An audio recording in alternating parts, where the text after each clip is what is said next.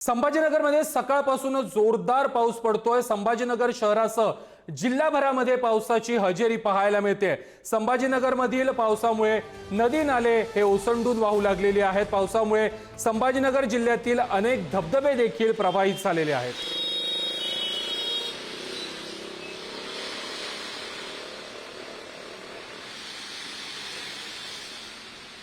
संभाजीनगरमधील याच पावसाचे अपडेट देत आहेत आमचे प्रतिनिधी सचिन जिरे। सचिन, संभाजीनगर जिल्ह्यामध्ये सकाळपासून आपल्याला पाऊस पडताना पाहायला मिळतोय। मराठवाड्याच्या विविध भागांमध्ये देखील पावसाची संततधार सध्या सुरू आहे।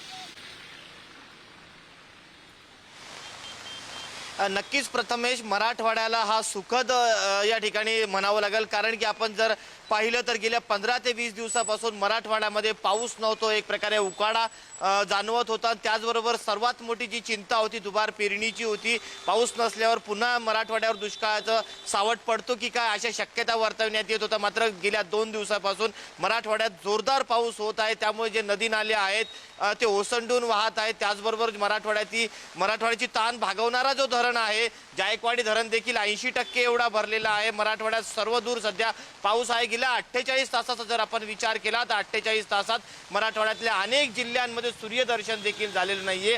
अनेक भागांमध्ये सतत संततधार पाऊस सुरू आहे। छत्रपती संभाजीनगरमध्ये देखील अनेक भागांमध्ये पाणी साचलेलं आहे। त्याचबरोबर जे मराठवाड्यामध्ये जी शेतीची चिंता होती ती देखील मिटलेली आहे आणि अनेक भागामध्ये जनजीवन देखील विस्कळीत झालेलं, कारण की सखोल भागामध्ये पाणी साचलेलं आहे। तर अनेक जी गावं आहेत, लहान मोठी जी गावं आहेत, त्यांची रस्ता देखील पाण्याखाली गेलेली आहे। अशी एकंदरीत या मराठवाड्याची परिस्थिती आहे। मराठवाड्यात गेल्या 48 तासापासून समाधानकारक असा पाऊस होत आहे, त्यामुळे कुठेतरी शेतकऱ्यांमध्ये मोठं आनंदाचं वातावरण पाहायला मिळत आहे। त्याचबरोबर जर आपण पाहिलं तर मराठवाड्याचा जो जायकवाडी धरण आहे तो देखील 80% भरल्याने मराठवाड्याच्या पाण्याची चिंता देखील मिटलेली आहे। प्रथमेश, अगदी सचिन, धन्यवाद तुम्ही दिलेल्या सविस्तर माहिती संदर्भात।